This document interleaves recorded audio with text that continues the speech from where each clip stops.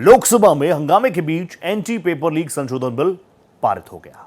लंबी चर्चा के बाद ध्वनिमत से यह बिल पास हुआ। इस बिल पर चर्चा के दौरान सत्ता पक्ष और विपक्ष में जबरदस्त नोकझोंक भी देखने को मिली। केंद्रीय मंत्री डॉक्टर जितेंद्र सिंह ने बिल पर चर्चा का जवाब दिया। उन्होंने इस बिल को स्वतंत्र भारत के इतिहास का माइलस्टोन बताते हुए कहा कि यह देश के करोड़ों छात्रों और युवाओं के भविष्य को सुरक्षित करने की दिशा में प्रधानमंत्री नरेंद्र मोदी के दृढ़ संकल्प को दर्शाता है।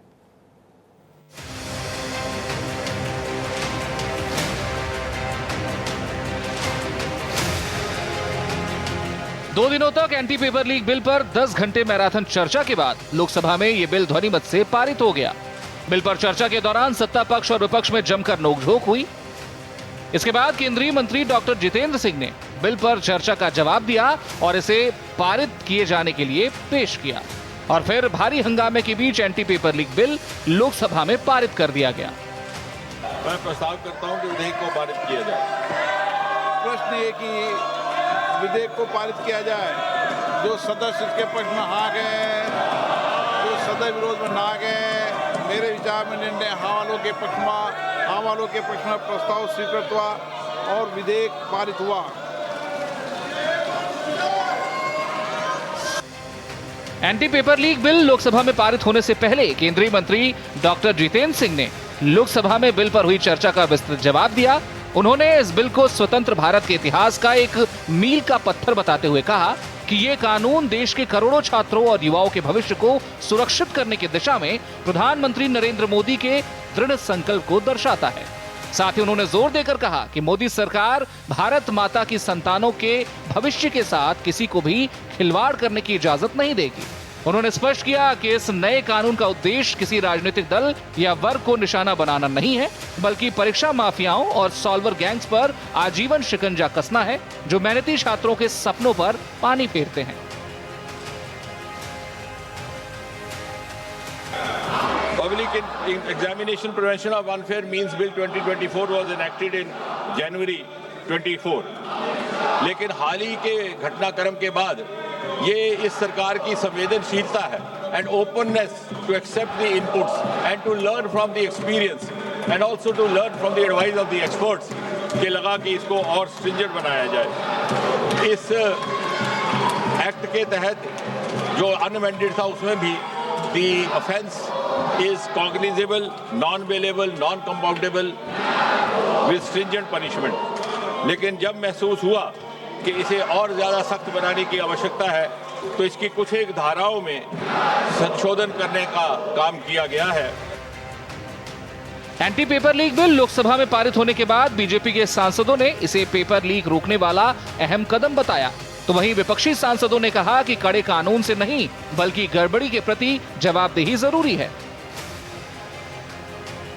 बहुत इम्पोर्टेंट कदम है क्योंकि हम कानून को ऐसा कड़ा करना होगा जो एक डिटरेंट का काम करे। अब केवल कानून ही पहले से ज्यादा सीरियस नहीं हुआ है, बल्कि उसके साथ ही यह भी हुआ है कि 2 महीने के भीतर चार्जशीट होगी, 3 महीने के भीतर कोर्ट का जजमेंट आएगा और हाई कोर्ट को भी 3 महीने के भीतर निर्णय देना होगा। इससे जो भी अपराधी होंगे वो बच नहीं पाएंगे। 5 महीने के भीतर उन्हें सजा हो जाएगी और जो सुधार की बात है उसको भी हम लगातार कर रहे हैं। पहले बात तो ये एंटी पेपर जो बिल है ये अमेंडमेंट बिल है जो 2024 में ये ऑलरेडी बिल पास हो चुका है और इसमें कम से कम 101 रिकमेंडेशन थी। 2024 में पास होने के बाद भी जहां लगातार पेपर लीक हो रहे हैं तो कहीं ना कहीं इस सिस्टम ही भारतीय जनता पार्टी ने जो बैठाया हुआ है और जो भारतीय जनता पार्टी की साठगांठ से बैठा हुआ है पूरा ध्वस्त हो चुका है।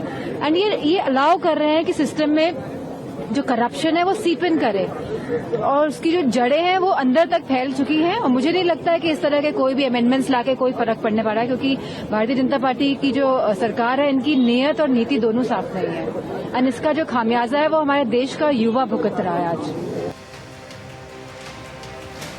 सरकार का कहना है कि इस नए कानून के लागू होने के बाद सार्वजनिक परीक्षाओं में अनुचित साधनों के इस्तेमाल, प्रश्न पत्र लीक करने और फर्जीवाड़े में लिप्त पाए जाने वाले दोषियों के खिलाफ बेहद कड़े प्रावधान लागू होंगे।